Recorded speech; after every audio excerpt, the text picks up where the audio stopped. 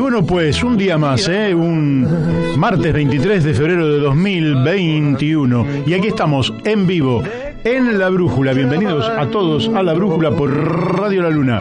Y antes de avanzar en cualquier cosa, quiero darles una muy buena noticia. Una muy buena noticia que viene de aquí, de adentro de la misma radio, para todos aquellos que no saben bien cómo escucharnos.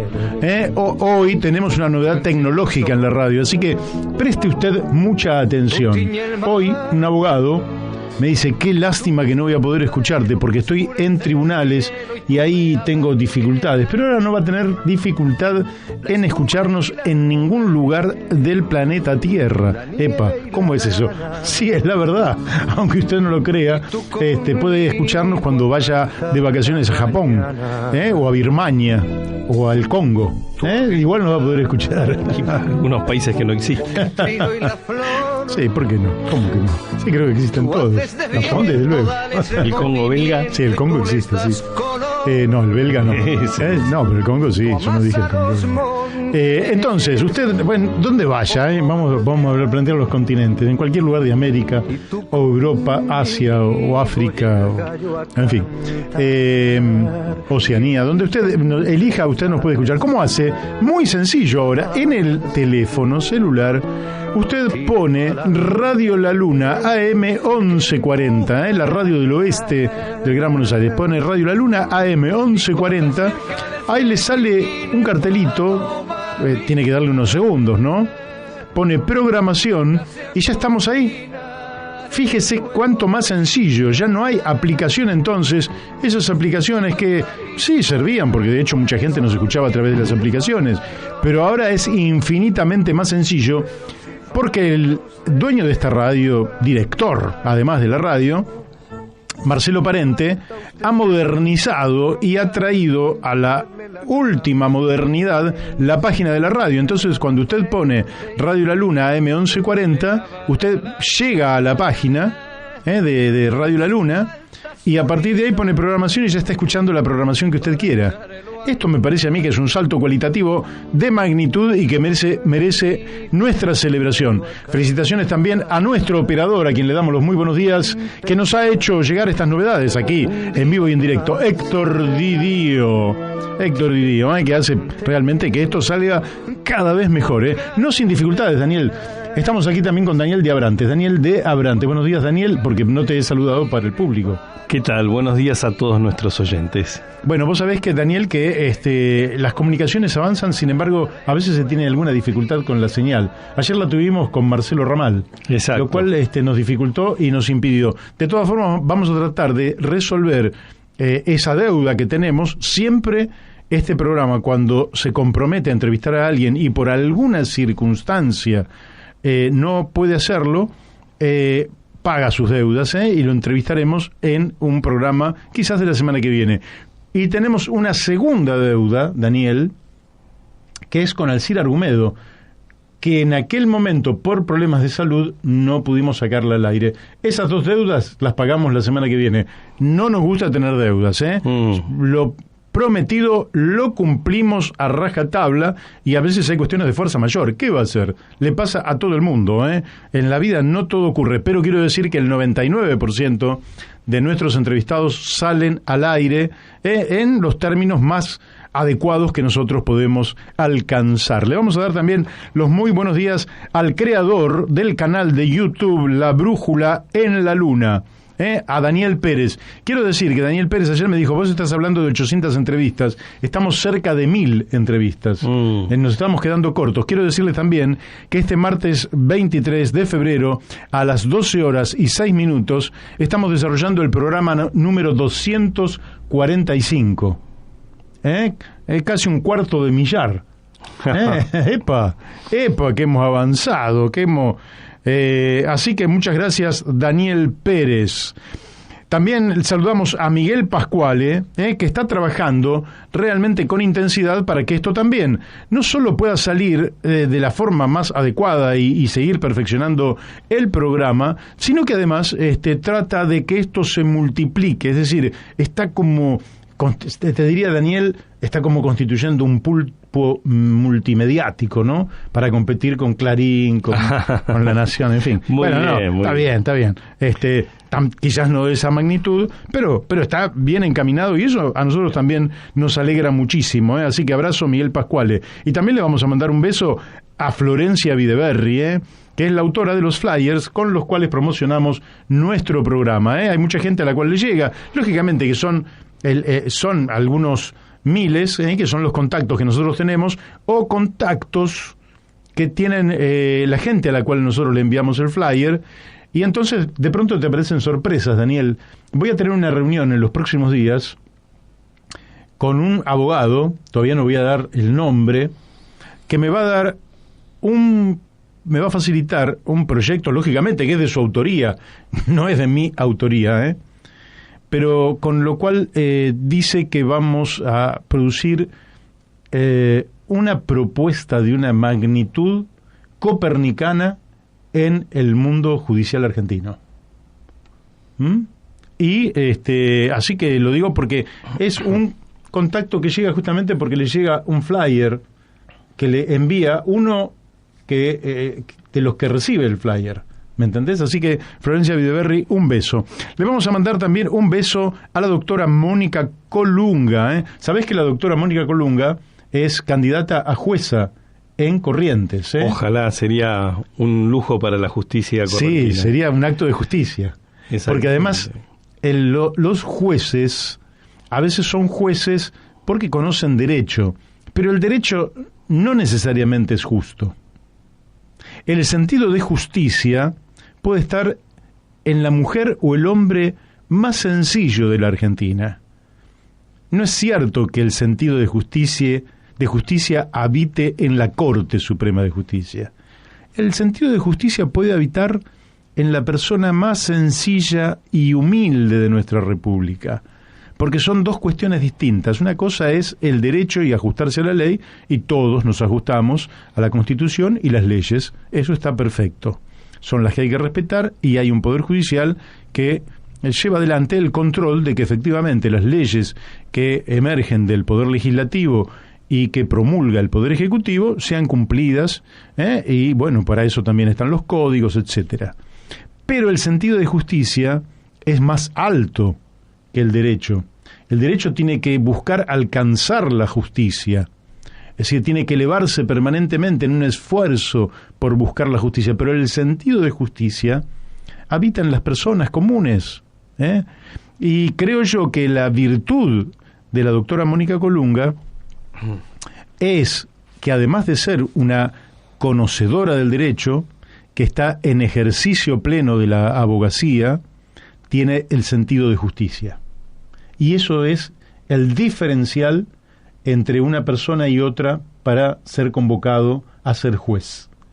Como yo creo que el régimen político es esencialmente injusto en la Argentina, creo que bueno, veamos qué chances tiene, tampoco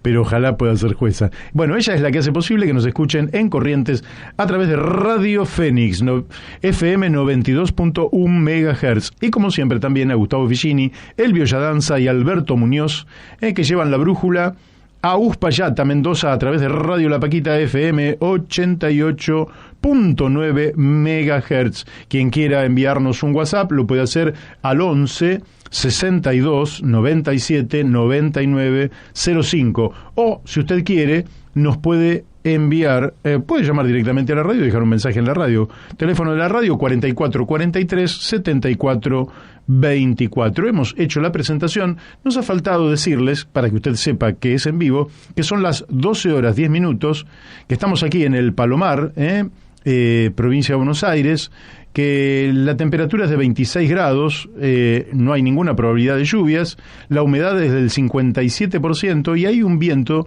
de 10 kilómetros por hora. La perspectiva para los días miércoles, jueves y viernes, altas temperaturas, entre 31 y 33 grados la máxima y entre 18 y 21 grados la mínima, de manera que vamos a tener unos días preciosos para ser disfrutados de punta a punta. Levántese temprano, disfrute el día, si quiere después del almuerzo tírese 15 minutos, media hora, una hora de siesta y siga disfrutando el día, porque realmente nos viene un febrero que algunos se han quejado, sobre todo los que han ido a la costa, pero los que no hemos ido a ningún lado, vaya a saber si motivo de la pandemia o la pandemia de bolsillo que nos aqueja. Lo cierto es que tenemos unos días magníficos para disfrutar aquí donde estemos, y siempre tome sol, no se quede bajo el techo de su casa a la sombra todo el tiempo, como era la vieja cultura en Asia, ¿verdad? De no tomar sol, pieles absolutamente blancas, intocables por el sol. El sol nos llena de energía, el sol desarrolla nuestro sistema inmune, ayuda a la vitamina D, ayuda a los huesos, a la calcificación de los huesos, ayuda a un montón de cosas. Un día le vamos a preguntar al doctor Dabove para que nos diga todos los beneficios provenientes del sol. Ya nos están llegando mensajitos al WhatsApp y en unos minutos vamos a estar hablando antes que con nuestro primer invitado, ¿quiénes son nuestros invitados en el día de hoy? Digo esto y te dejo la palabra a vos, Daniel. Dale. Digo lo siguiente, nuestros invitados en el día de hoy son nuestro amigo Alejandro Olmos Gaona, que vamos a hablar deuda o soberanía. Fíjate vos la disyuntiva, la plantea él. ¿Es deuda o soberanía? ¿O se está a favor de la deuda o se está por la soberanía? Y algo nacional? importante, acabo de editar un libro sobre este tema que es muy importante dejar documentado, ¿no? Porque sí, claro. Esa es la ventaja de escribir, que las cosas queden documentadas. Bien, bien. Bueno, también después vamos a estar hablando con Nahum Klicksberg sobre la difícil tarea de combatir la corrupción y si encuentra realmente el combate a la corrupción un aliado en la renta básica universal o ingreso básico universal.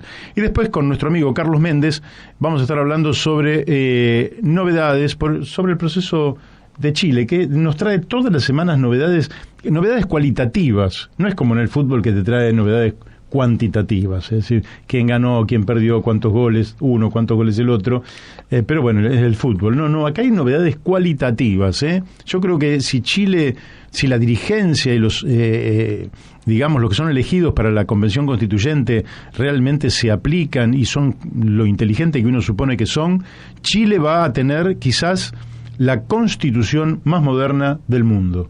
Ojalá sea. Y creo que va a ser para nosotros, su país vecino con una frontera, una de las más extensas del planeta Tierra, entre Argentina y Chile, dado que va desde el norte hasta el Polo Sur, también puede ser un buen dato para nosotros. Después vamos a estar entonces con todos ellos.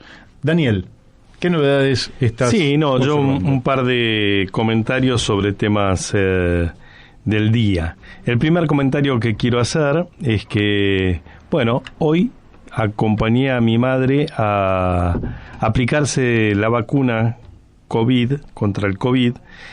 Mi madre tiene 90 años y como era una buena noticia, y es una buena noticia que se esté vacunando, en este caso en la provincia de Buenos Aires, quería comentarlo. El proceso fue muy ordenado, muy bien llevado por un grupo de vacunadores y algunos voluntarios que estaban trabajando allí.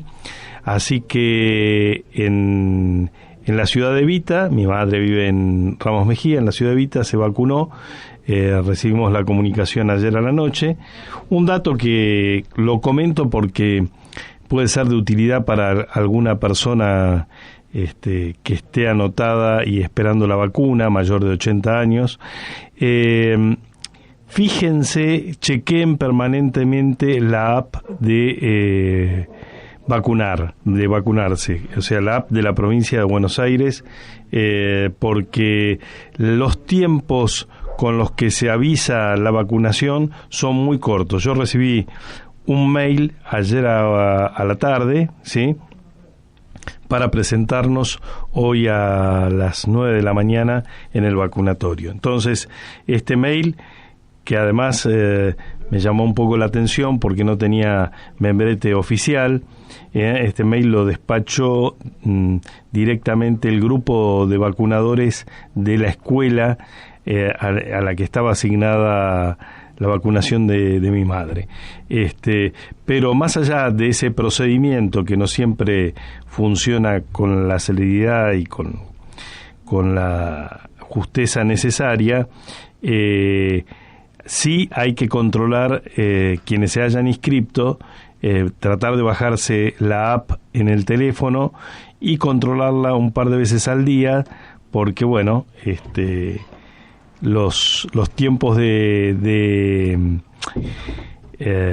con los que se avisan son muy cortos, ¿no? O sea, salvo esta cuestión, impecable el proceso de vacunación, la atención de parte de los jóvenes que estaban allí, la información que recibió mi madre sobre los efectos o los posibles efectos de la vacuna, la atención también post vacuna, que le dieron un agua saborizada, bueno, para reanimarla un poco, así que muy bien. Y bueno, cuando las cosas se hacen y se hacen bien, hay que decirlas, ¿no? Sí, perfecto. Así que es una buena noticia. Bueno, aquí... quería hacer otro comentario, ya que estamos con este tema, que me parece que es... Sí, dale. Que es importante. Ayer se conoció, entre el fin de semana y ayer, una nota publicada por la Universidad de San Martín, donde da cuenta del avance en conjunto con el CONICET, del avance en la construcción de una plataforma para la producción de vacunas contra COVID en la Argentina con tecnología local. Por supuesto, es una vacuna que recién va a estar en condiciones de entrar en producción dentro de 1 año y medio, pero es muy importante porque si el virus llegó para quedarse, que la Argentina se vaya preparando para tener en el futuro tecnología para producir esas vacunas. Excelente. Bueno, estamos desde aquí, desde La Brújula, por Radio La Luna AM 1140, Daniel de Abrantes y Mario Masitelli, le estamos dando los muy buenos días a nuestro amigo Julio Raffo. Julio, buenos días, ¿cómo te va? Bueno, muy bien, ustedes acá, cuerpeándola a la peste, como digo yo. Julio, el presidente ha dicho que nos dejemos de payasadas, seguramente se lo habrá dicho, en fin, a una parte del pueblo que piensa que no es una payasada el hecho de que existiera un vacunatorio VIP.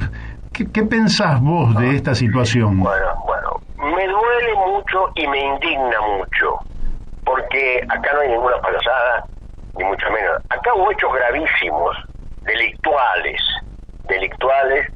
en perjuicio de la gente que le correspondía la vacuna y se la dieron a otro a quienes no le correspondía. Y el discurso oficial, además, es muy mentiroso, porque dicen que el plan estratégico contempla los funcionarios que son estratégicos para la función. Es verdad, pero dicen que están en tercer orden después del personal de salud y después de los docentes. Primero había que completar toda la resolución 2883-2020, que es el plan estratégico frente al COVID, aprobado por el Ministerio de Salud, aplicando la ley que corresponde, y está publicada en el boletín oficial. Establece claramente esas 3 prioridades. Primero, personal sanitario. Segundo, personal docente. Tercero, dice personal estratégico, que se ha señalado como tal en las respectivas jurisdicciones. Y lo que se debió hacer es establecer en cada jurisdicción cuál era ese personal. Y si lo hubieran establecido, bueno, normativamente estarían cubiertos. Pues dice, bueno, los gobernadores, el chofer del gobernador, el amante del gobernador, no sé. Pero, y después se verá si está bien o mal definido. Pero había que definirlo, nunca lo definieron. Y ahora hay una reunión hoy de la ministra Bisotti para tratar de definirlo.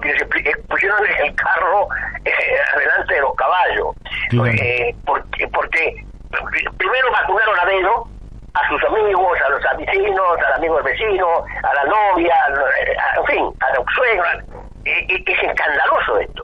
Pero es escandaloso en un hecho si fuera como ha sucedido que fue escandaloso de repente un reparto de donaciones que alguien se la apropió, pero está en juego la vida de las personas. Y la vida de las personas adultas en zonas de riesgo, personas que están esperando que se cumplan las prioridades primera y segunda para poder acceder a la vacuna. Y bueno, después dice el presidente en esta declaración insólita de las payasadas que no hubo delito porque no hay, eso es una conversación de bar, no hay ninguna ley que diga que saltarse la fila para una vacuna es delito. Y es verdad, no hay ninguna ley que diga, pero hay una ley que dice que el Código Penal dice que incumplir las obligaciones del funcionario público es un delito. Claro. Y el funcionario público debía aplicar el protocolo y las prioridades del protocolo. Y ese delito tiene un cómplice, porque no se puede realizar sin ¿de quién? Del que recibe la vacuna. Y nuestro derecho penal, que el presidente que es nuestro derecho penal debería conocer, o no lo conoce o se hace el distraído groseramente, dice que el cómplice de un delito tiene la misma pena y más responsabilidad que el que comete el delito. Porque contribuye, sin su participación no se hubiera podido hacer. O sea, si alguien dispuesto a recibir la vacuna ilegalmente, el funcionario público no lo hubiera podido aplicar. Claro. Entonces, el que la recibió es un cómplice. Acá hay delito grave. Y denunciar delito grave, el presidente, por más que quiera, no puede tomar eso con arnero, como decía antes, con la mano. No es una payasada. Es una campaña impiadosa. La campaña, el artículo publicitario no tiene que ser ni piadosos ni impiadosos, tienen que ser veraz. ¿Son veraces o no veraces? Claro. Pero no sé, es que estás pidiendo piedad, que no es una campaña impiadosa. ¿Qué tiene que ver la piedad con el hecho? Bueno, perdonen la emoción, pero estoy muy indignado. Bien, Julio, no, pero me parece que es muy interesante porque a mí me llega, no voy a dar nombres, pero da la impresión de que si uno se indigna con la noticia es porque somos títeres de Clarín. Es decir, hay una suerte de estrategia de lo comunicacional, del oficialismo, donde las críticas que se le harían al gobierno serían siempre de mala fe, serían críticas destituyentes, serían falsas, y además estaría todo bajo la batuta de Mañeto, de manera que cualquier crítica que uno le hace se la toman a mal y te descalifican, pero vos estás planteando que en este caso hay fundadas razones en el Código Penal como para pensar que estamos frente a un delito dada la disposición vigente que vos acabas de mencionar. He sido 40 años profesor de Derecho de la Facultad de Derecho de la UBA, así que algo he estudiado otro tema, y algún criterio tengo libros publicados de interpretación de la ley, he transitado por esta especialidad, y creo que he sido el que más tiempo y el ámbito le he dedicado. Pero esto no es nuevo, mi querido, esto no es nuevo. Yo recuerdo cuando estábamos con Pino en Proyecto Sur, que denunciaba la corrupción en el seno del kirchnerismo, y yo publiqué un artículo en Perfil, se lo encuentro trabajando en su momento, diciendo que hay una campaña. Yo no dije que Jaime debería estar preso, es porque es agente de Mañeto. Yo no dije que debido a participado en actos de corrupción, es porque no quiere que se juzguen los delitos de la dictadura, los crímenes de la dictadura. Entonces, es una especie de contracampaña, pero no basado en hechos veraces, sino en atribuciones de intencionalidad inexistente y que lo único que pretenden es desprestigiar al que hace la denuncia, pero no lo consiguen, porque la fuerza de los hechos tiene siempre más fuerza de los hechos que las palabras sobre los hechos. Claro. Y los hechos es que Jaime era un delincuente y por eso está preso, y que debió un delincuente y por eso está preso, y tenía razón Pino cuando denunciaba la corrupción kirchnerista de Cerro Dragón, del tema de los casinos, y bueno, yo estaba al lado de él, vos lo sabes muy bien, sí, claro. Y trabajaba mucho con él, y me acuerdo que publiqué ese artículo explicando acá una estrategia comunicacional burla, canallesca, sí, bueno, el que dice que es un delito tratarse de funcionario público, el saltear y no cumplir el protocolo que el gobierno estableció, entonces somos agentes de Mañeto, pero que se van a dar con Julio, te mandamos un fuerte abrazo, te agradecemos muchísimo. Gracias. Y pronto te vamos a volver a hacer consultas. Cuando ustedes quieran, un abrazo, mis queridos amigos. Chao. Abrazo. Chao, Julio. Bueno, hemos hablado con el doctor Julio Raffo, 40 años, profesor universitario de Derecho, es decir que yo porque efectivamente yo tengo muy buena predisposición para que este país salga adelante y un espíritu cooperativo ¿verdad? Es decir, no tengo un espíritu destructivo porque yo vivo en este país, he vivido, quiero que mis hijos y mis nietos vivan aquí, de manera que no voy a querer nada malo para este país, al contrario. Pero cuando un hecho es incorrecto, se trata de una injusticia, se trata de un delito o lo que fuera, hay que llamarlo por su nombre, porque si no da la impresión de que nos quieren poner que si yo critico a A es porque soy subordinado de B, y si critico a B es porque soy subordinado de A. No, yo no estoy ni con A ni con B, en todo caso estoy con C, estoy en otro lugar.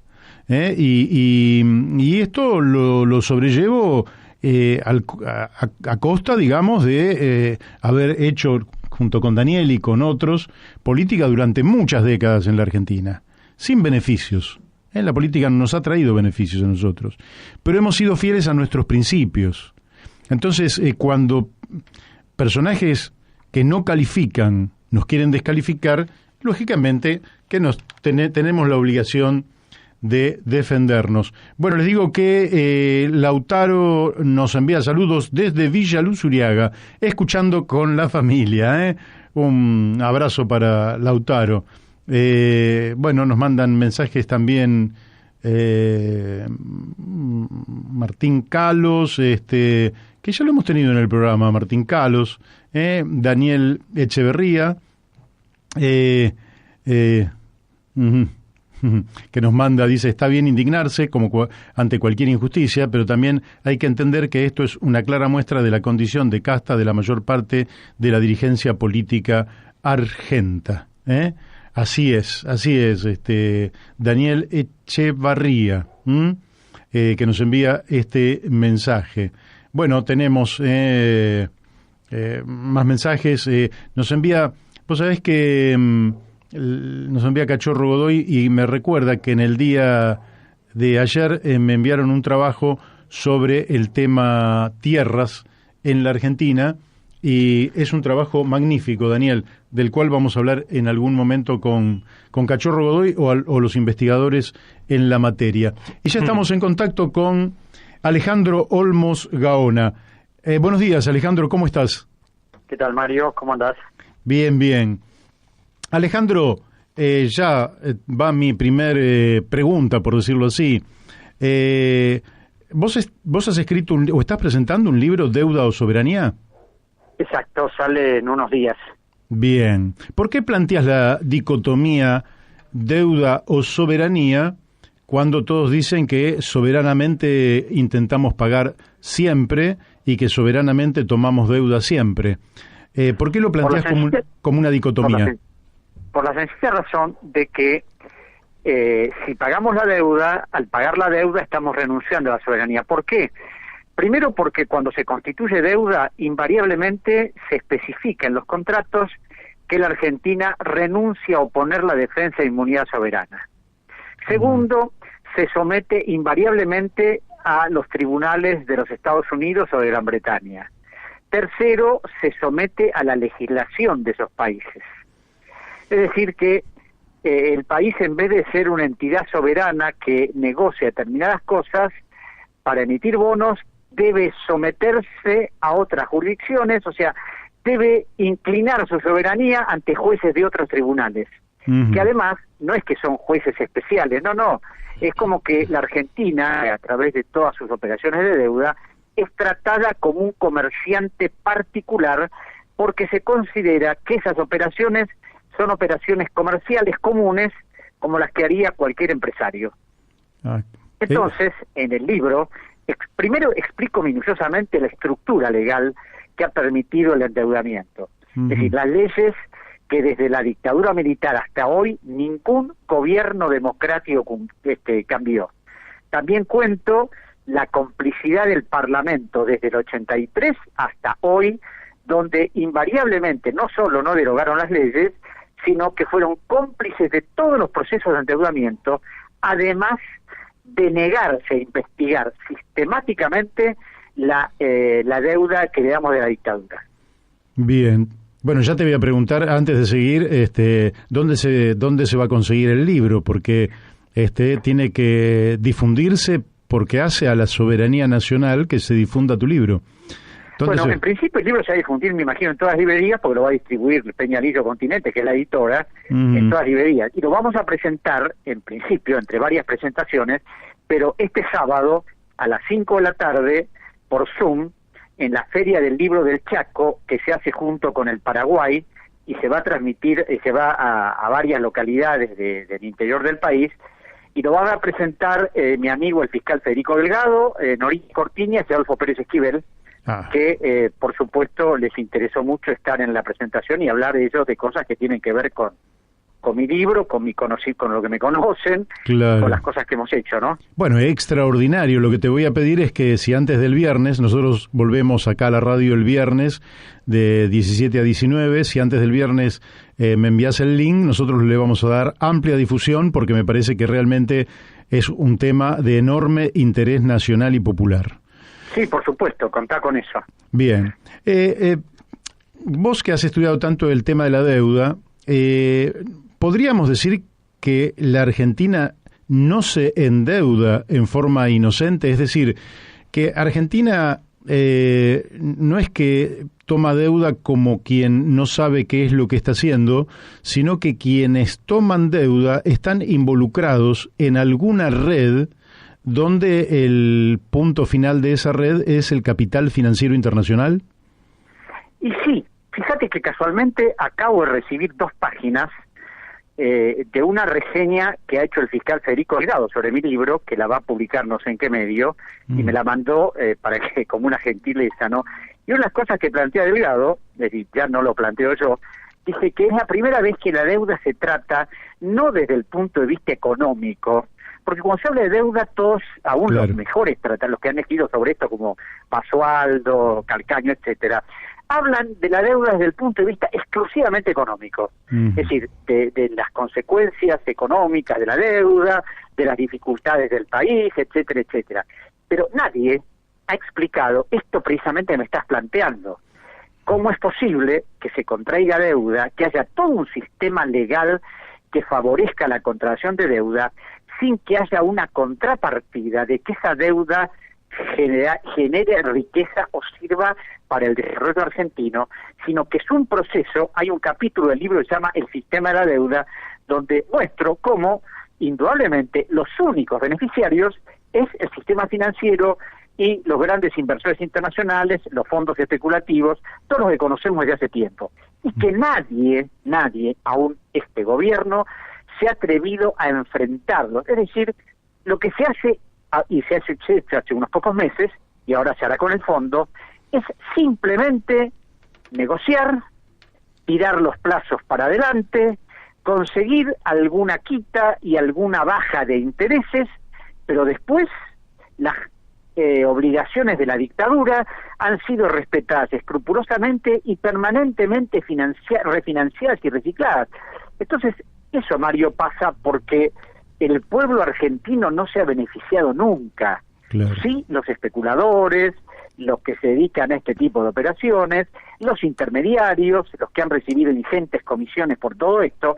Y fíjate vos que precisamente cuando se hizo el arreglo en el 2016, durante la primera gestión, cuando el primer año de Macri, los que eligieron a los bancos que iban a intervenir fueron personas que habían trabajado en esos bancos. Y hablo de Luis Caputo, de Alfonso Pratgay y de Santiago Bausili, que trabajaron en el Deutsche Bank.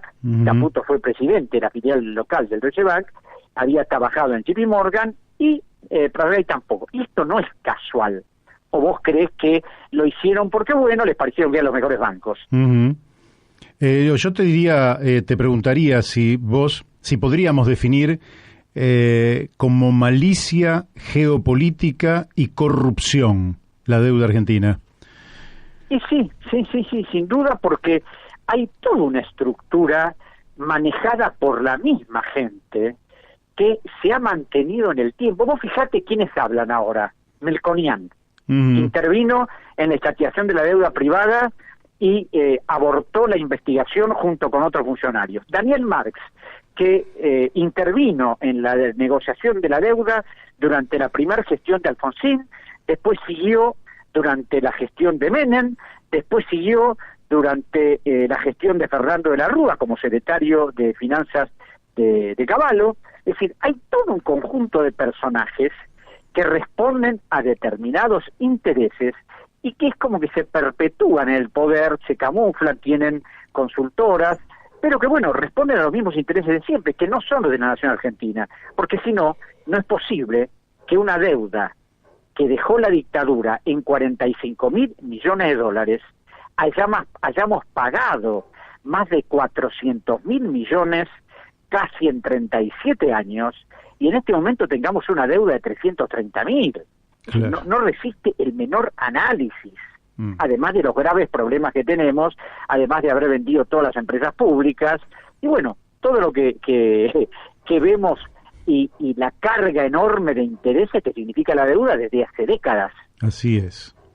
El tema que nosotros tenemos, que justamente estos personajes generalmente vinculados a intereses, estos llamados economistas del sistema que aparecen por los medios de comunicación, que para mí no son economistas, sino contadores públicos y voceros del poder económico, generalmente aducen que el tema de la deuda es fruto del déficit fiscal argentino, pero el déficit fiscal argentino es en pesos y la deuda la tomamos en dólares.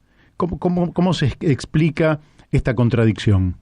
No, además vos fíjate, claro, evidentemente son razonamientos falaces, porque cuando vamos a hacer una especie de corte, en la época, durante la gestión de Menem, que se hizo la primera gran reestructuración de la deuda, en 1992, a través del Plan Brady, a partir de ese momento, la Argentina empezó a tener superávit primario, es decir, entre lo que recibía y lo que pagaba, la Argentina tenía superávit. Claro. Ese superávit se terminaba cuando le agregabas los intereses del pago de la deuda.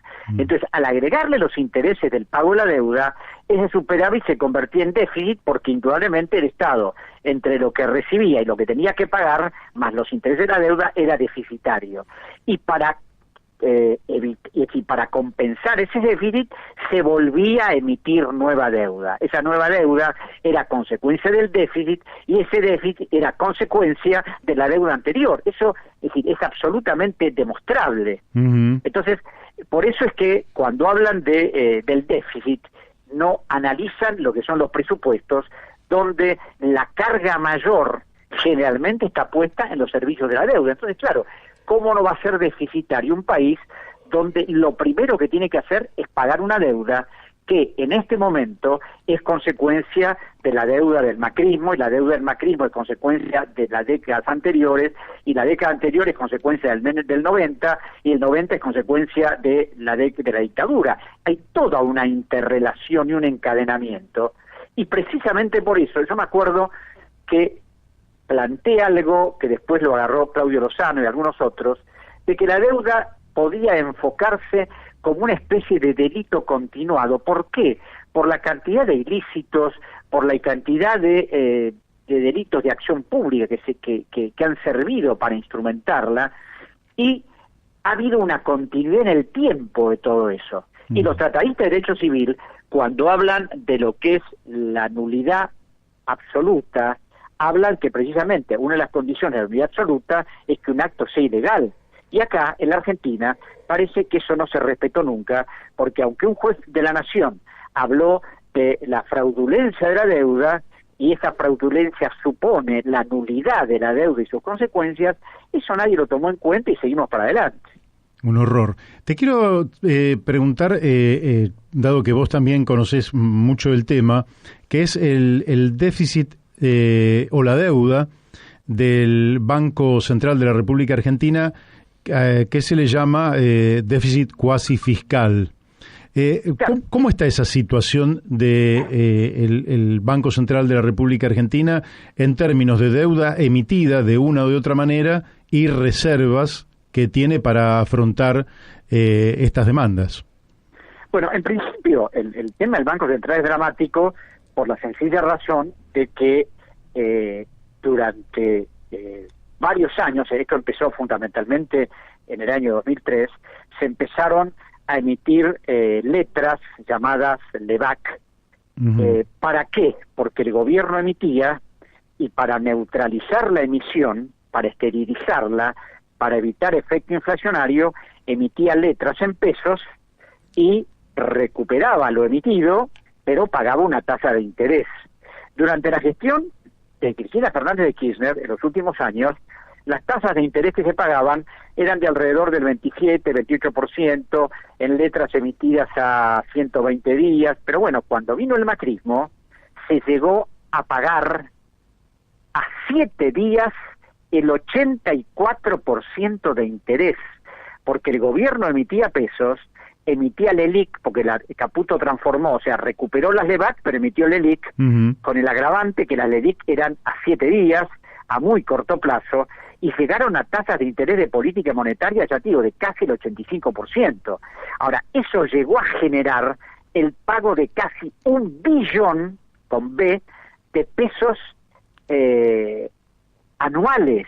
En este momento, cuando vino el gobierno de Fernández, con el enorme problema de la pandemia, hubo que empezar a emitir, y por supuesto también se empezó a emitir LELIQ. Y creo que hace un mes, o sea, no me he fijado en las últimas 2 semanas, pero hace un mes, había más de 1,5 billones de pesos en LELIQ a una tasa de interés del 30 y pico %.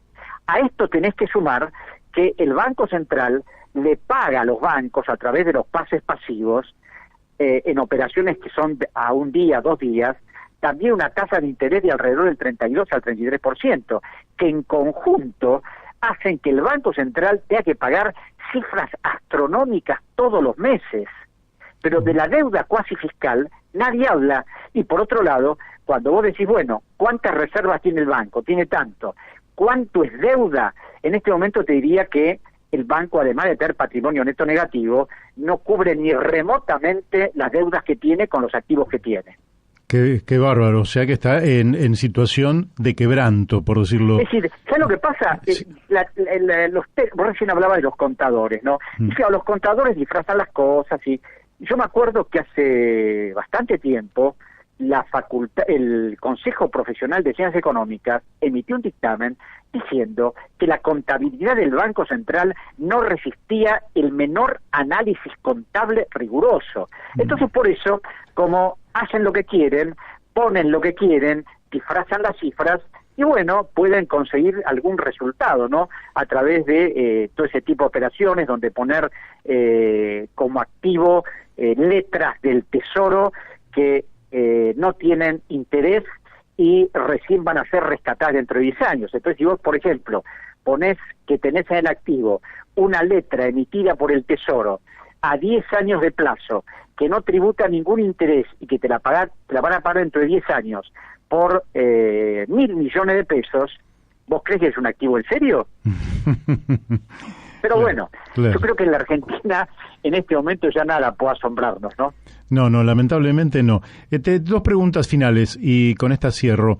El cúmulo de vencimientos más importantes de deuda externa la tenemos a partir del 2025, ¿no? Y hasta el 2030 y pico, ¿eso es correcto? Exacto, porque empezamos con vencimientos a fines del 2024, pero después empiezan a quedar los vencimientos más fuertes, 2025, 2026, y ¿sabes lo que pasa, Mario? La realidad es que no se van a poder pagar. Y como no se van a poder pagar, y esto no solo lo dice Alejandro Olmos, sino lo dijo el representante de Moody en Argentina ya hace más de 4 meses, porque analizó las cuentas públicas y dijo, ¿de dónde van a sacar la plata? Si la Argentina en este momento no tiene ingresos por inversiones de ningún tipo, y en este momento está reciclando la deuda.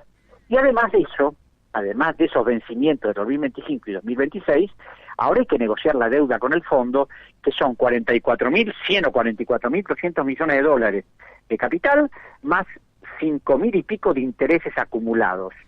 Y eso va a significar nuevos reciclajes de deuda a través de todo un mecanismo que conocemos desde hace, te diría, más de 40 años.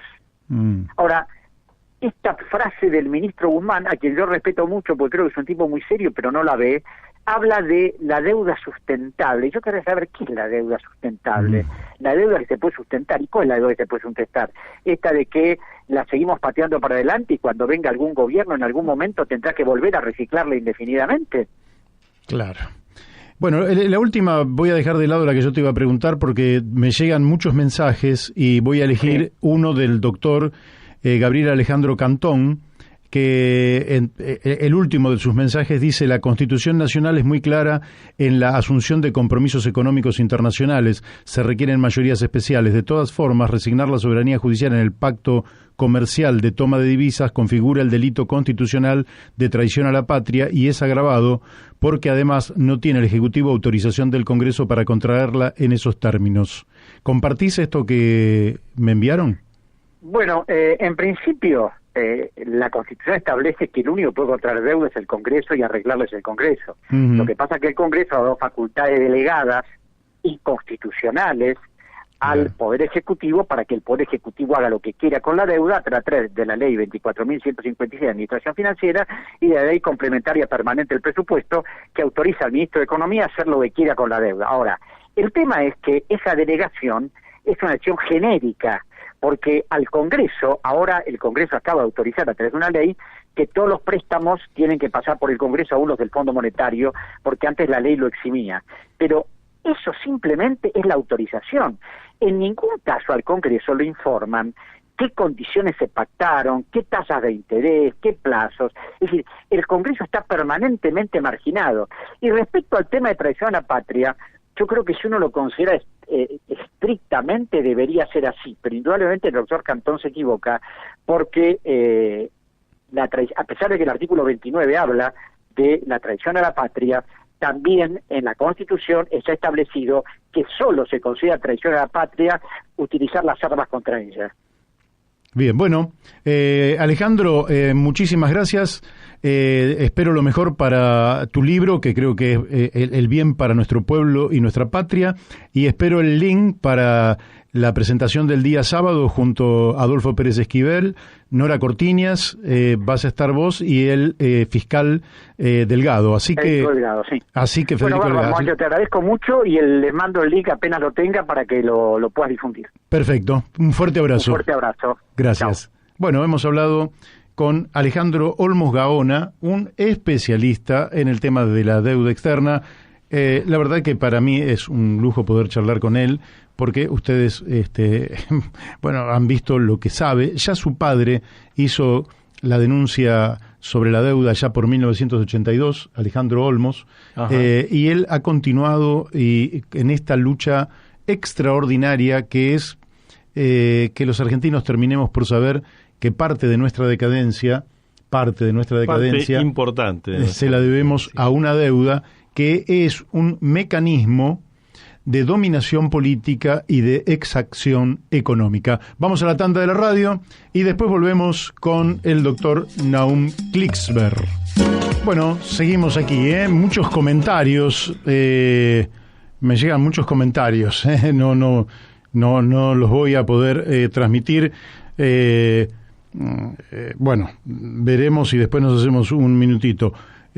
Puedo, que es cortito, lo voy a pasar porque es de nuestro amigo Mario Morales, que casi lo hemos transformado en un comentarista, ya casi miembro de nuestra mesa, Así que...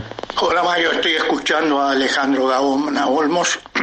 Bueno, me parece, lo que sería también, no sé, se contribuiría a que nadie más tome deuda sin un referéndum. Yo pienso que tiene que ser consensuada por todos los argentinos. Entonces creo que es un mecanismo que realmente que va a estar, porque ahora toma así porque si nomás se levantan con ganas de dinero y van al fondo y toman dinero que no se sabe ni qué se hizo con ese dinero. Y me parece totalmente, esa es una cosa delictiva. Así que eso es lo que quería mencionar, Mario. Bien, bueno, nuestro amigo Mario Morales puede servir de eslabón para esta conversación que ya vamos a tener con Nahum Klicksberg. Nahum, ¿estás allí? Estoy aquí. Buenos días. La audiencia. Bien, bueno. Mira, justamente terminábamos de hacer un reportaje a Alejandro Olmos Gaona sobre la deuda. Me llegan muchos mensajes, lógicamente que no me da el tiempo para poder transmitirlos, algunos escritos, otros orales. Pero no sé si escuchaste a nuestro amigo Mario Morales, que dice que para tomar deuda habría que llamar a un referéndum, de manera tal que habría que explicar por qué se toma esa deuda, para qué se toma esa deuda, cuáles serían los beneficios que nos otorgaría el tomar la deuda y cuáles serían los costos de pagar capital e intereses de la deuda. Yo creo que toda la deuda contraída en la Argentina ha sido entre cuatro paredes y una decisión realmente de minorías vinculadas entre sí en un acto que generalmente tiene mucho que ver con la corrupción, ¿no? Todo lo que tiene que ver con la deuda externa es una de las 10 megacorrupciones que se puede dar en las sociedades, que voy después a mencionarlas un poco más, pero como lo que quiero expresar son algunos conceptos que para muchos pueden ser novedosos sobre el tema de la corrupción, aunque ya se ha hablado muchísimo sobre la corrupción. Entonces quiero decir que lo que voy a expresar se puede ver desarrollado y fundamentado en detalle en un libro digital gratuito que escribí sobre la corrupción, que se puede leer gratuitamente en internet en el sitio propuesta para terminar con la corrupción.blogspot.com. Es un libro sobre la dinámica social de la corrupción y sobre psicología del corrupto. La corrupción en este momento se está expandiendo en todo el mundo por dos causas principales: por la crisis ética existente y por las nuevas tecnologías que facilitan mover y ocultar dinero electrónicamente. La corrupción hoy se puede considerar como la principal generadora de pobreza en el mundo. Hay un dato concluyente: los países con menos corrupción en la tabla de transparencia internacional son los que figuran como los de mejor calidad de vida en el mundo. Que si la relación es directa: menos corrupción, mejor calidad de vida; más corrupción, peor calidad de vida. Y la corrupción es la principal causa también de uno de los grandes problemas en este momento en el mundo, que es el deterioro del medio ambiente. Claro. Porque detrás de cada ley que se viola de protección del medio ambiente, generalmente hay un acto de corrupción. El 2 de julio del 2014, el mundo se conmovió con una noticia que se publicó en todos los periódicos, que fue sensacional, porque nada más ni nada menos que el Papa Francisco declaró públicamente: la política está devastada por la corrupción, es un fenómeno mundial. No creo que todos los funcionarios sean corruptos, pero creo que es difícil permanecer honesto en política. Esto dicho por el Papa en ese momento causó un impacto increíble. Sí, sobre la corrupción se han luchado sobre todo de dos formas. Las dos formas han fracasado en el mundo. Las describo en detalle, no quiero ahora detenerme en ellas, en el libro que ya mencioné. Ahora lo que quiero mencionar es un antecedente muy importante sobre el tema de la corrupción. En 1999, traigo esta mención porque se realizó en el año 1929, hace más de 20 años, en ocasión de realizarse en Sudáfrica, con la participación de 1.600 personas de más de 100 países, la 9ª Cumbre Mundial contra la Corrupción en el Mundo. En la declaración final expresaron: alertamos que a menos que el flagelo de la corrupción sea combatido eficazmente en el mundo, se profundizará la pobreza, erosionará la legitimidad de los gobiernos, proliferarán los abusos contra los derechos humanos y se deteriorará la calidad de la democracia. Eso anunciaron que iba a pasar desde el año 99 si no se luchaba eficazmente contra la corrupción. No se luchó eficazmente contra la corrupción y estamos viviendo las consecuencias de que la corrupción continúa avanzando en el mundo, causando destrozos enormes, sobre todo en los países en los cuales la corrupción se instala de una forma sistémica y estructural. Te quiero hacer para nuestros oyentes, porque efectivamente yo sé que estás desarrollando, pero también nuestros oyentes nos piden que interrumpamos. Y lo siguiente, para hacer una analogía sencilla y después seguís con el desarrollo de lo que estabas diciendo. Si yo tengo una torta, ¿verdad?, que es una torta que tiene un bizcochuelo, que tiene chocolate, dulce de leche, crema, no hace falta que la torta sea de cianuro íntegramente. Una pequeña cuota de cianuro dispersa en el conjunto de la torta hará que una sola de sus porciones lleve al comensal a la muerte, ¿verdad? Sí. Es decir, no es necesario que todos los políticos sean corruptos para que nos lleven a la decadencia. Es necesario que un número determinado sea corrupto y el tema sea sistémico para que nos lleven justamente al derrumbe. ¿Compartirías este punto para darle proporciones? No, es muy buena tu aclaración, tu observación, porque la mayoría de los funcionarios públicos en cualquier país no son corruptos, pero una minoría puede arrastrar y constituir un sistema corrupto que sea hegemónico en ese país, porque aunque sea una minoría de funcionarios públicos que caigan en la corrupción, como ellos son sumamente activos, más activos que los funcionarios honestos, porque ellos se juegan justamente un patrimonio que quieren hacer en los pocos años que estén gobernando, que tienen funciones importantes. Entonces su nivel de actividad y de organización y redes de corrupción que constituyen y redes de impunidad, entonces suele generar justamente un sistema que neutraliza a la mayoría de los funcionarios honestos. Bueno, esto en el libro lo describo muy bien, esta dinámica, pero hay un punto que la gente no tiene claro. Bueno, ¿por qué la corrupción, aunque sea sistémica en un país, puede destrozar la economía de un país con mucha riqueza como la Argentina, una riqueza que le dio la naturaleza extraordinaria? Sobre esto, Transparencia Internacional, en un informe, dice que Mohamed Suharto, que gobernó Indonesia, había robado él personalmente una fortuna de 35.000 millones de dólares, que Ferdinando Marcos, expresidente de Filipinas, robó por 10.000 millones de dólares, que Seco, expresidente Zaire, robó por 5.000 millones de dólares. Pero a estas cifras, que son extraordinarias, que habría que agregar lo que robaron otros funcionarios de esos gobiernos, no es suficiente para destrozar la economía de un país que tiene mucha riqueza. Lo que pasa es que la corrupción, el gran problema económico que causa, es que por cada $1.000.000 que los funcionarios corruptos se ponen en su bolsillo, pueden ocasionar al país 100 millones de pérdidas por cada millón. ¿Por qué? Porque genera una situación con sus malas decisiones tomadas en función de los negocios, entonces generan una dinámica económica en el país totalmente perjudicial, que va creciendo y que produce pérdidas económicas enormes al país. Por eso yo hablo de 10 megacorrupciones, que son las situaciones en las cuales los funcionarios corruptos en los países donde hay mucha corrupción sistémica suelen, hacer más daño, porque son megacorrupciones, pero también megadaños.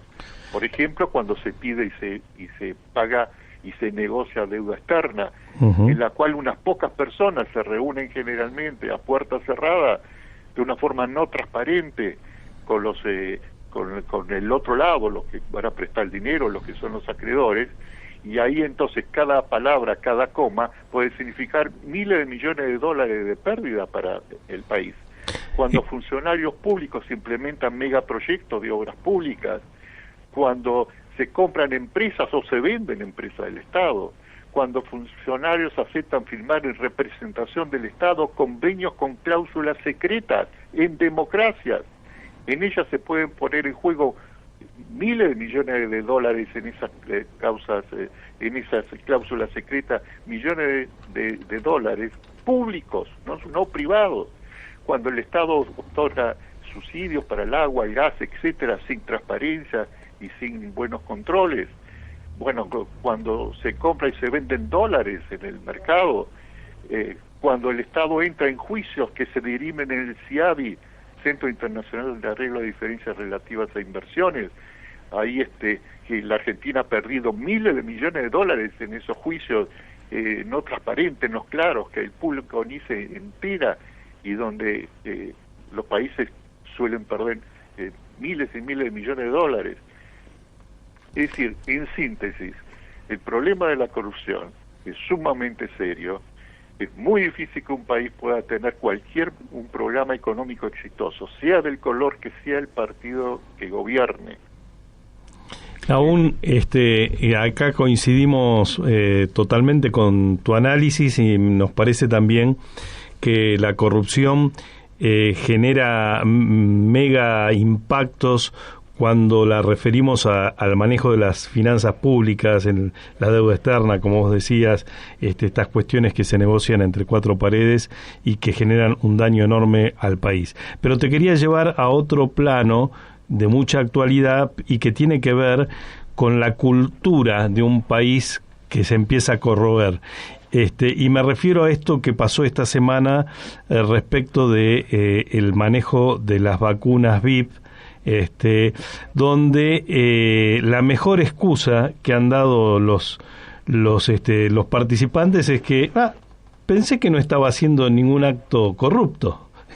Cuando digamos, todos lo que veíamos, lo que estaba pasando, teníamos totalmente claro que lo que se estaba haciendo era un hecho de corrupción moral, sí, fundamentalmente, y que a mí me llamó mucho la atención porque digo, bueno, si el argumento es ¿qué nos queda, no? ¿Qué nos queda? ¿Estamos dentro de una cultura de la corrupción? Bueno, lo primero que yo dije es que uno de los dos motivos por cual la corrupción se desarrolla en el mundo es por la crisis ética que padecemos. Claro. A nivel de los gobernantes y a nivel de pueblo también. Es decir, si se pierde los límites en qué es lo permitido y qué no moralmente, éticamente, entonces todo vale. No se sabe, de repente... que es un corrupto que se hizo millonario, uno sabe que hace 5 años atrás era una persona con pocos recursos económicos, entró a la función pública y ahora se compra mansiones, y los amigos y los conocidos y los vecinos dicen, qué piola, bueno, qué hombre, cómo aprovechó la circunstancia. Eso refleja la crisis ética. Cuando eso pasa en los países que hay menos corrupción, que son los que tienen mejor calidad de vida, como dije, al contrario, la sociedad repudia abiertamente, reconoce y repudia, pero cuando se hace difícil reconocer la actitud inmoral del corrupto, entonces las cosas se dificultan más. Ya estamos hablando en esos casos de sociedades donde la corrupción es sistémica a todos los niveles, a nivel de pueblo, a nivel de gobernantes.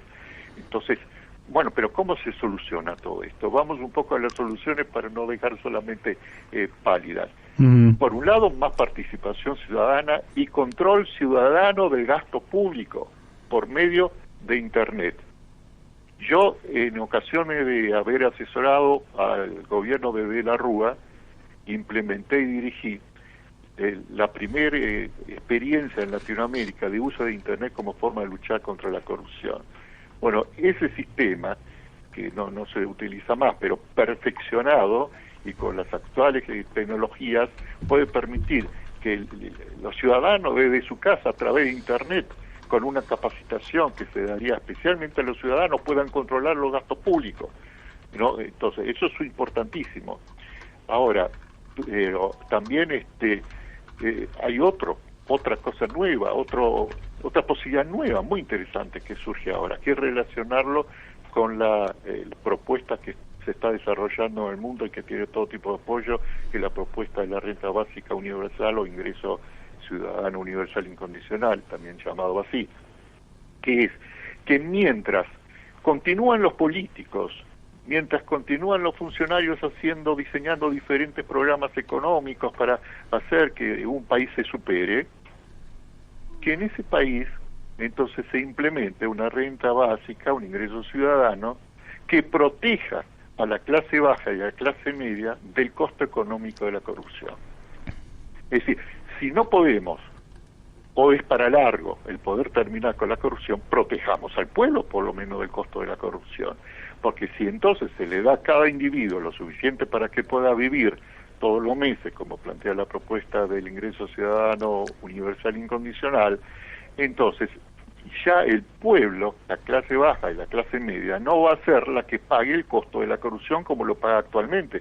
Porque ¿quién paga el costo de la corrupción? El costo económico se le paga con el bolsillo de cada ciudadano de clase baja y de clase media, porque él es el que sufre los costos de la corrupción. Por eso se empobrece cada vez más la población en la medida en que la corrupción crece cada vez más. Y terminar con los rehenes de la política, ¿no? Que vemos en muchas zonas feudales de la Argentina. Entonces, acá es donde dos corrientes de pensamiento distintas, una sobre las conceptualizaciones sobre la corrupción y otra sobre el ingreso ciudadano universal, se asocian en una nueva forma de combatir la corrupción, que es, bueno, sigan discutiendo cómo arreglar el país, puede llevar decenas de años, pero mientras tanto no sigan empobreciendo al pueblo, mientras tanto que el pueblo esté protegido por la renta básica, por el ingreso ciudadano universal.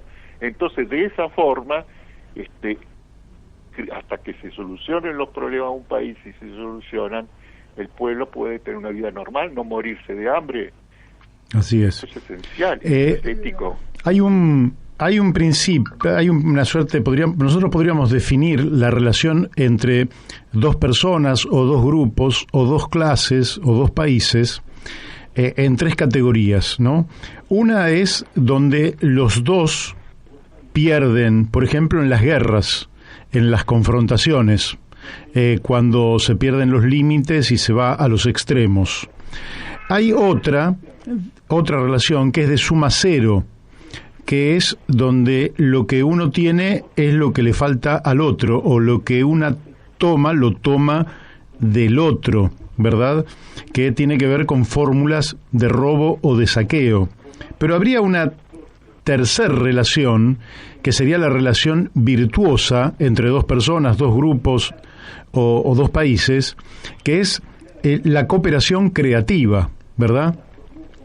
Que es en la que todos ganan, es decir, que ya no es de suma cero, sino que todos ganan. Yo creo que todavía no se ha observado, Nahum, que con el ingreso básico universal o la renta ciudadana universal o el salario universal, como ha dicho el Papa, todos ganan. Y esto es lo que creo que genera resistencia en capas medias que creen que lo que se le entregue a gente pobre es lo que le va a faltar a ellos de su bolsillo. Claro, ¿Cómo contestás a esto? Bueno, el principal problema en la actualidad para implementar una renta básica universal y ciudadano, un ingreso básico ciudadano universal, el principal problema no es económico, porque apareció en el mundo una nueva variable en los últimos años, que son los robots y la inteligencia artificial. Esas tecnologías permiten aumentar la producción de bienes y servicios de una forma increíble en una sociedad, más una sociedad como la Argentina, que tiene casi todos los insumos necesarios para producir, y a costos muchísimo menores.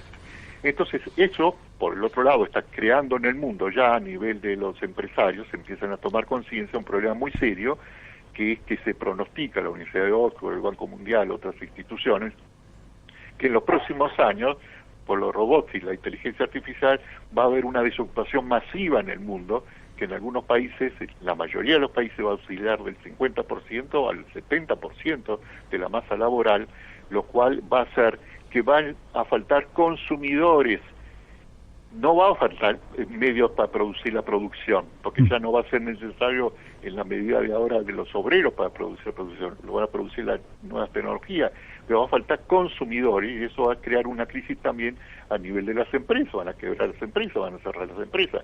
Entonces se empieza a ver una posición en el mundo empresarial lúcido, empieza a decir, bueno, la renta básica también nos conviene a nosotros, porque la renta básica entonces va a hacer que el pobre, en lugar de crear situaciones de tensión social, porque no se va a querer dejar morir de hambre, que se convierta en consumidor, que es lo que precisamos que el pobre se pueda ser consumidor.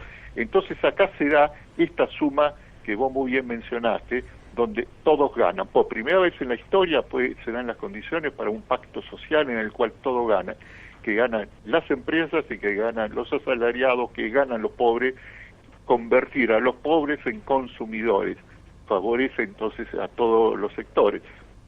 Todo esto está muy bien desarrollado en el sitio de Facebook, que recomiendo, el colectivo Ingreso Ciudadano Universal de la Argentina, donde ahí se explica muy bien todo esto, y también en la página de Sirudi, ¿no?, de información sobre la renta básica universal. Entonces, acá tenemos el nuevo camino. Hasta ahora, siempre en toda la historia de la humanidad, estaban las empresas en contradicción con los intereses de los obreros, porque cuanto menos le pagaban a los obreros, más ganaba la empresa. Cuanto más salario obtenían los obreros por sus luchas sindicales, etcétera, entonces menos ganaba la empresa, y ahí había entonces generalmente un conflicto histórico que los llevaba a constantes confrontaciones.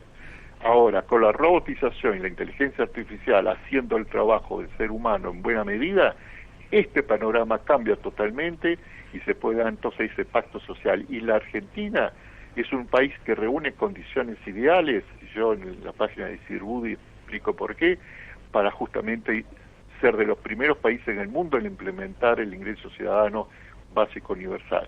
Que el gobierno argentino hace poco estaba en esa línea, había mencionado que tenía como intención, el ministro Arroyo dijo públicamente por televisión, lo ideal es que la Argentina se dirija al ingreso básico universal, que sí, que empieza a haber conciencia política sobre esa necesidad. Lo que falta es el tema más importante, el cambio psicológico.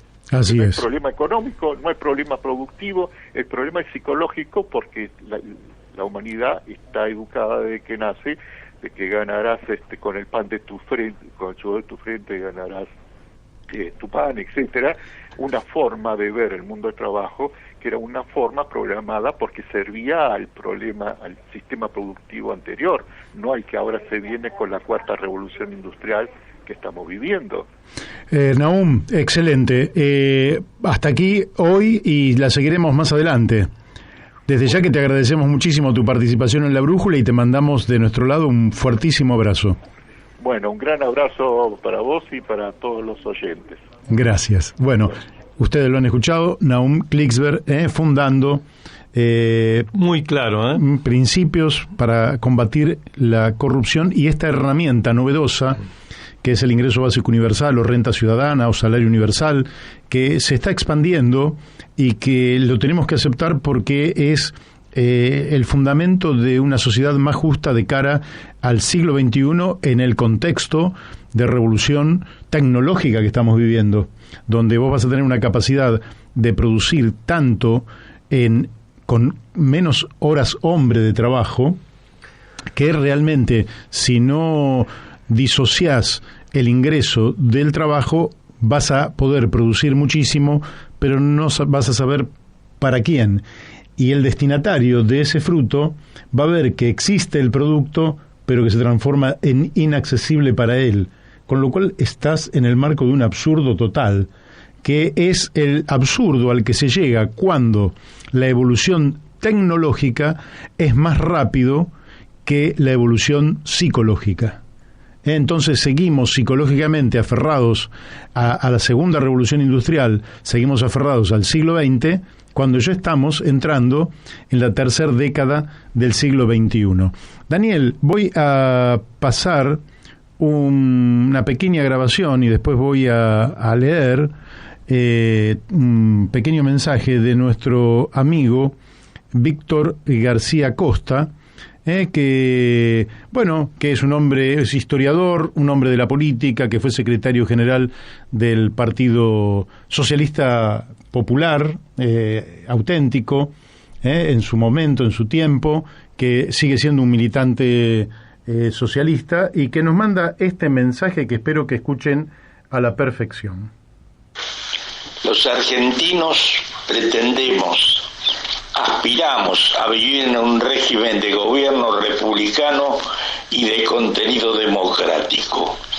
El primer problema que tenemos es que bajo un sistema económico capitalista, por su alto grado de injusticia, perversión e inmoralidad, ello solo puede ser una ficción.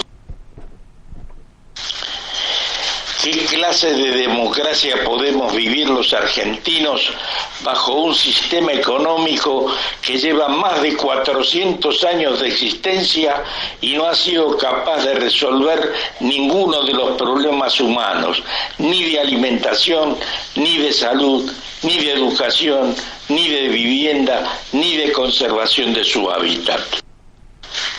En la ficción en que vivimos coexisten dos clases antagónicas. Una, la de los dueños de los medios de producción, la de los dueños de la fuerza de trabajo, que son súper explotados y desabastecidos por los primeros.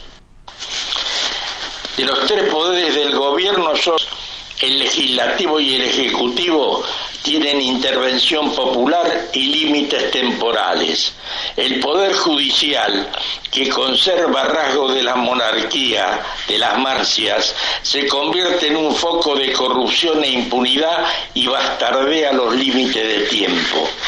Ha llegado a límites inimaginables en materia de corrupción y encubrimiento.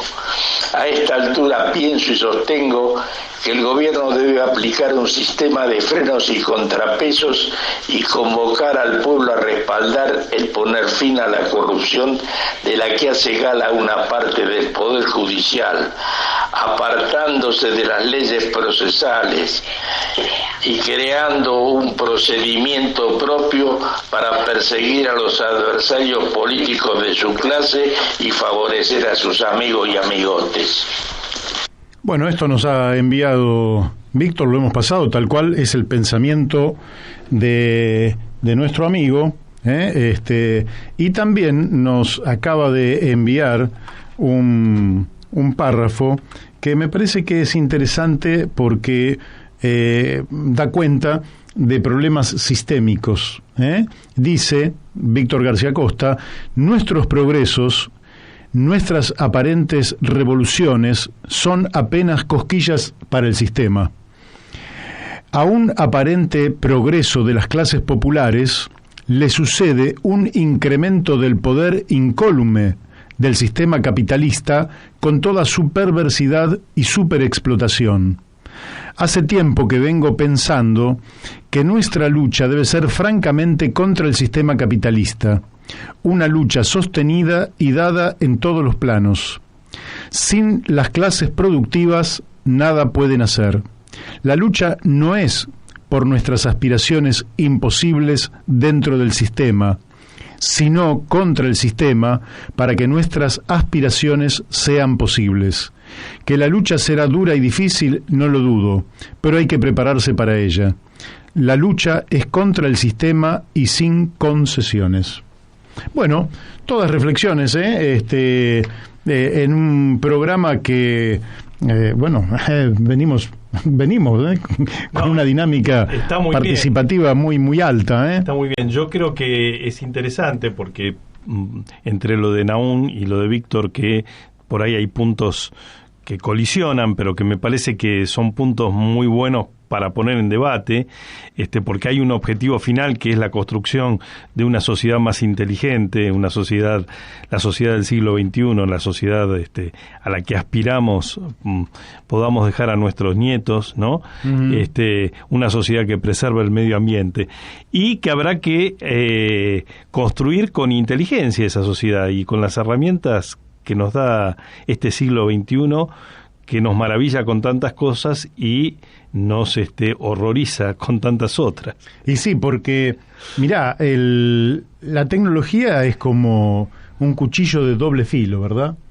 Puede servirte para el bien o te puede servir para el mal. Depende de la cultura que utilice esa tecnología, el resultado que vas a obtener de ella.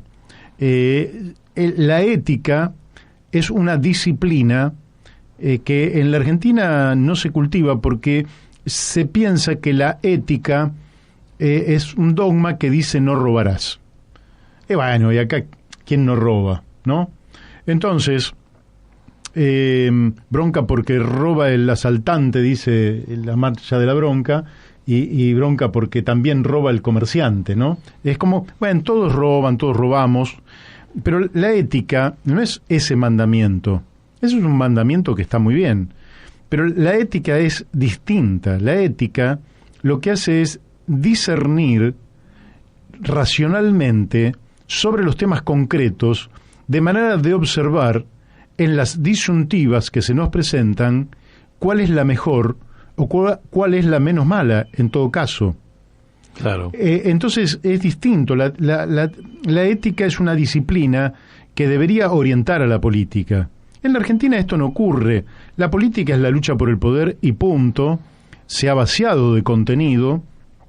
No tiene un ámbito a partir del cual justamente esta disciplina lleve a la resolución concreta de los problemas concretos. Pero cuando hablamos de resolución no hablamos de soluciones ideales, hablamos de soluciones factibles. La ética, por tanto, no es un dogma, no es un mandamiento, es una disciplina de debate colectivo. Por tanto, la ética debe ser democrática necesariamente, y la ética pública es el principio del ejercicio de la ética a partir de el gigante más grande que hay en nuestras sociedades, que es el Estado. Es decir, si el Estado, que es la organización más importante que hay en el 100% de los países, en los 205 países del mundo no existe ninguna organización más grande que el Estado, tomado los países como tales, no comparado los estados de los países pequeños con las multinacionales. Claro. ¿Correcto? Los estados son los primeros que tienen que tener una ética pública, y luego los propios estados deberían imponerle a las empresas una ética empresaria. Y entonces habríamos cambiado drásticamente, yo diría, la psicología del funcionamiento de nuestras sociedades. Bueno, ya estamos en contacto con Carlos Méndez. Carlos, ¿cómo te va? Bien, Mario, acá escuchando atentamente pero escucha, la pero no profundidad de lo que está planteando. Estos temas no son temas, sino que son principios, y la relación que tiene que haber entre la ética y la política. Claramente. Yo creo, intuyo, digamos, que la ética debe anteponerse a la política. Así es, y yo lo aprendí de muy pibe por una frase de Alfredo Palacios, que no la podría repetir textualmente, pero donde él dice que si la política no fuera una disciplina, apenas una disciplina de la ética, la política sería despreciable. Y yo creo que el problema que tenemos en la Argentina es que la política se ha vuelto despreciable porque justamente no ejercita la ética. Y la política se ha transformado en un lugar donde personas de medio pelo alcanzan una cuota de poder, de privilegio, de enriquecimiento a veces ilícito, que lógicamente deteriora el perfil de la política, la desprestigia, y aquello que debería ser sagrado, que es la cosa pública, termina siendo algo degradado, menoscabado, bastardeado, y termina en la consideración del pueblo como algo absolutamente menor. Yo creo que hacia adelante vamos a tener que dar, quienes estamos de una o de otra manera vinculados a la política, aunque lógicamente que yo estoy absolutamente por fuera del Estado y no tengo nada que ver con ningún cargo público, pero deberíamos dar ejemplo, que es la única manera de volver a darle prestigio a la política en la Argentina, y que ese prestigio sea la puerta para que los jóvenes, que son los que van a tener más tarde los destinos del país en sus manos, puedan entrar a la política como algo sagrado, y poner lo mejor de sí para el bien común. Porque cuando trabajamos por el bien común, ganamos todos. Y esta es una verdad que en la Argentina ha sido negada por la práctica de tantos dirigentes políticos. Pero no íbamos a hablar de esto, sino que íbamos a hablar de qué es lo que está pasando en Chile. Y vos decís... De todas maneras, Mario, viste, estos temas nos toca todo acá en Sudamérica. Sudamérica está pasando con este asunto de, no solo ahora de la vacuna, pero digamos hay hechos vergonzosos, como también está ocurriendo en otros países de Sudamérica. Pero mira, hablemos de Ecuador, ya que nos quedó pendiente, no a nosotros, sino que le quedó pendiente a los ecuatorianos el tema, digamos, del recuento de votos para definir quién iba a ser el candidato que iba a segunda vuelta, para el candidato que ya había ganado había sacado la primera mayoría, como vamos a decir, el delfín o protegido del expresidente Rafael Correa,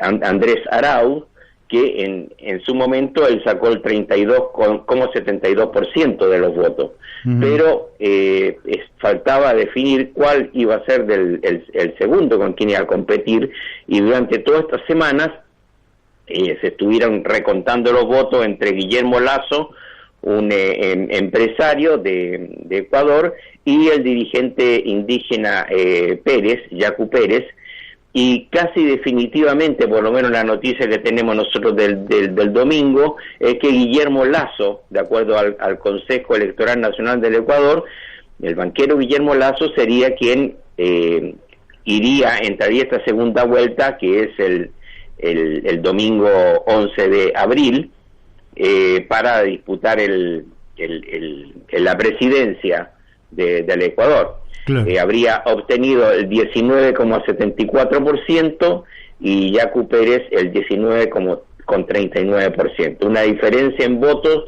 algo así como 32.600 votos, que está Pérez por debajo de Lasso. Más bien, bueno, los partidarios de Pérez no están satisfechos con este resultado, y están ellos presentando objeciones al escrutinio, y hoy día seguramente pensaban, se había organizado una caminata, una marcha, para llegar a Quito hoy martes, para digamos argumentar que hubo una manipulación en los datos que mostraban las actas del escrutinio, y han presentado varios pedidos a las autoridades para denunciar lo que Yacu Pérez califica como un fraude. O sea, ellos piden un recuento de votos en 17 de las 24 provincias del país. Esa es la situación hoy día, pero lo que el Consejo Electoral Nacional ha resuelto es que Guillermo Lasso enfrentaría a Andrés Arauz el próximo 11 de abril. Esa es la situación. Bueno, excelente informe de tu parte. Contanos en los minutos que quedan sobre Chile, y también en Chile se estaba discutiendo la renta básica universal. Sí, Mario, pero mira, como ese tema vamos a tener que seguir desarrollándolo, porque ya entró en las propuestas, digamos, como tema de la presidencia, y también como tema a tratar en la reforma, perdón, no digo reforma, en la discusión de la nueva Constitución. Pero están ocurriendo, se han incrementado los hechos de violencia en lo que se denomina el macro sur, la macrozona sur de Chile, que comprende 4 regiones, digamos, nosotros lo hablamos más simplemente como la Araucanía, al sur del Biobío, y que son las regiones del Biobío, de acuerdo a la titularidad chilena, la Araucanía, los ríos y los lagos. 4 regiones donde se han incrementado los hechos de violencia.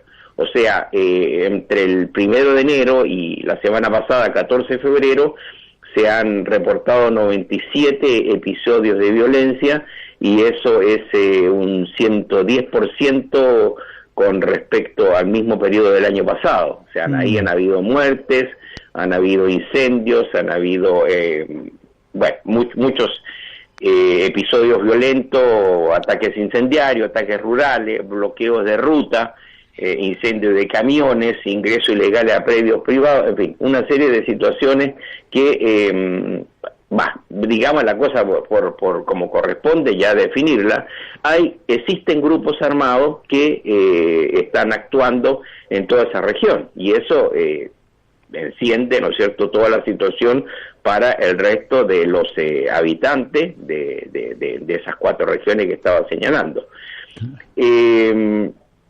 Digamos que todos estos hechos están reportados, se dice que las causas que registran los sistemas policiales están hechos asociados a las contingencias en la zona, como audiencias judiciales, conmemoraciones de muerte o huelgas de hambre. O sea, son los hechos que causan estos hechos de violencia. Pero ¿cuál es la causa de que se haya incrementado en semejante magnitud los hechos de violencia en toda esa región al sur de Chile? La causa, Mario, es que hay grupos armados. Eso es una evidencia de que existen grupos armados, organizados. Yo no tengo la información, ¿no es cierto?, de inteligencia, sino que solamente los de medios de comunicación sobre de qué tipos de grupos armados significan. Pero es importante que nosotros nos detengamos en este tema, porque esta situación tarde o temprano repercute también en el sur de Argentina, en la zona correspondiente, ¿no es cierto?, o lindante a las regiones que señalaba anteriormente.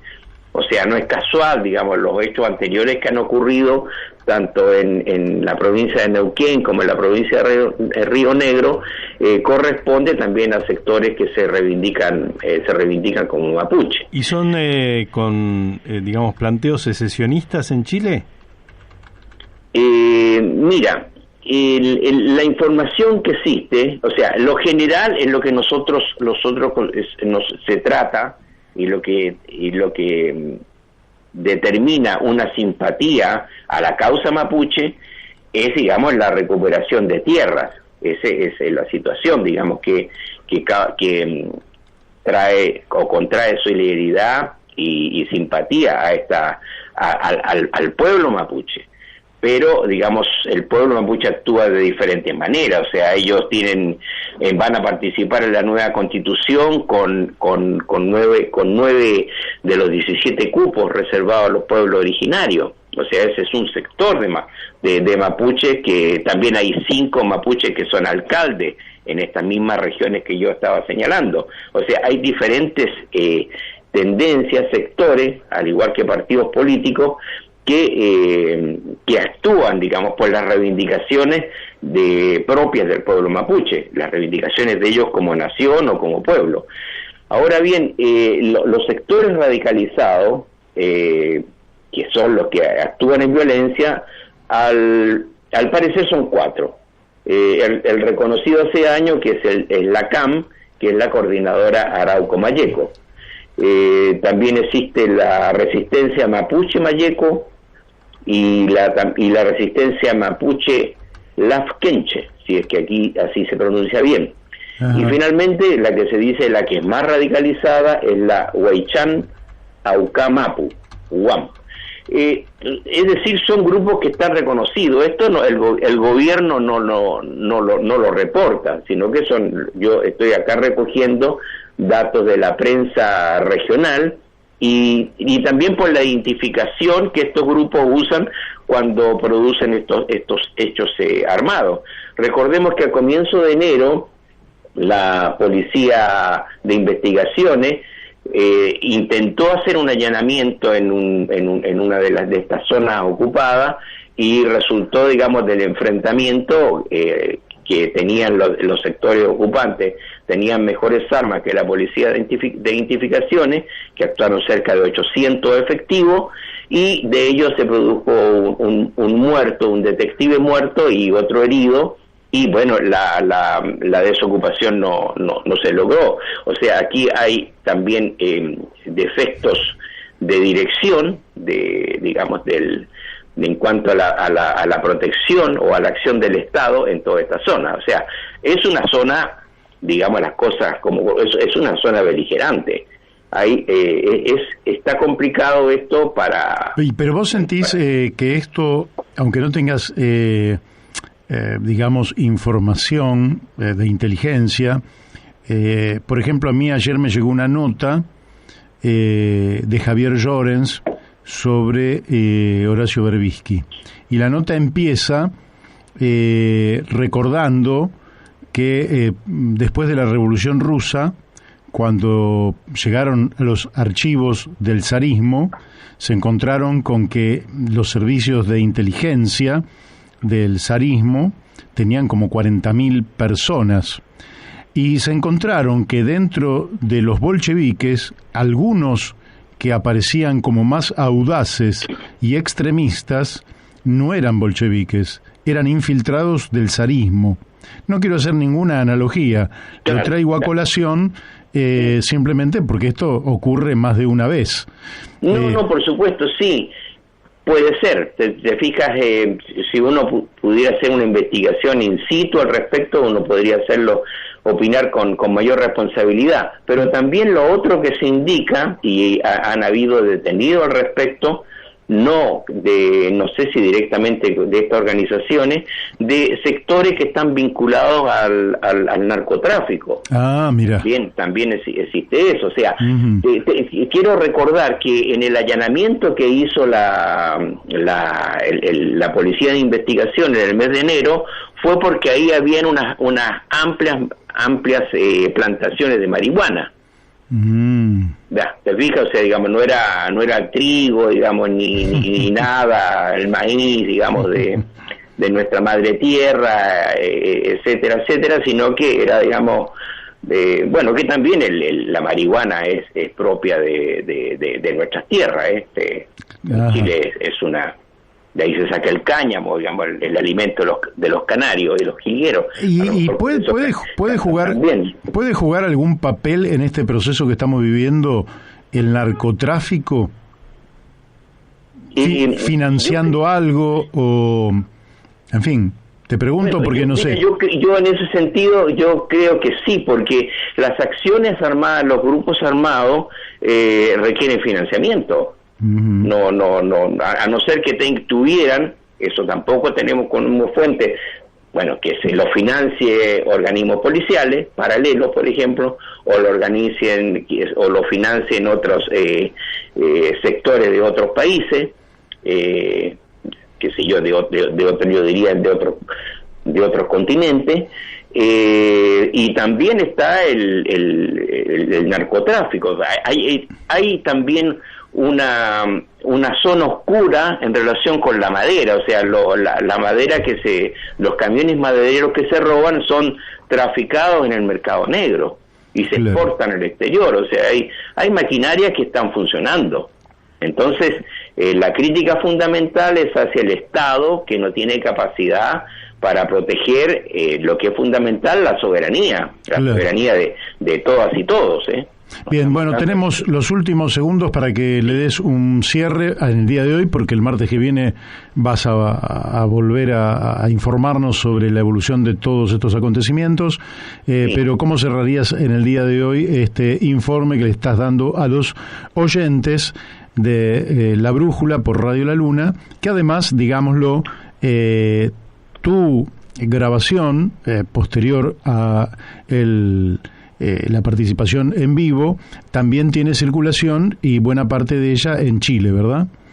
Sí, efectivamente recibí los comentarios sobre el programa anterior de la gente que escuchó mucha gente ignora las listas de independientes, no independientes, el individuo que se inscribieron como candidato a la Convención Constitucional, sino que listas, o sea, las que, como después lo explicaremos con más detalle. Como es un sistema DON, lo fundamental son las listas, los candidatos en cada lista, después se ve, digamos, quién tiene más votos, que son los electos.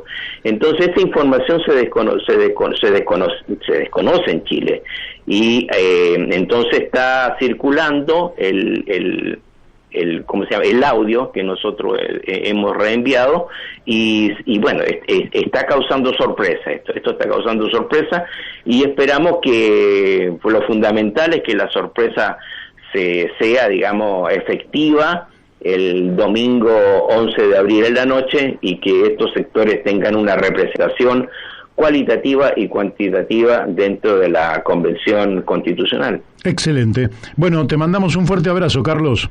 Y otro para ti, Mario. Saludos. Muchas gracias. Bueno, y hasta aquí hemos llegado, ¿eh? Hasta aquí lo hemos escuchado a Carlos Méndez, con sus informes semanales sobre la situación. Le vamos a dar la situación de el Sudamérica en el Pacífico, ¿eh? Y ahora quédese acá en Radio La Luna, AM 1140, para escuchar España en el recuerdo con Paco Rodríguez. De nuestro lado, nos vuelve a escuchar este viernes a las 17 horas por la misma radio, lógicamente. Ahora quédese con la programación de Radio La Luna. Chau, hasta el viernes.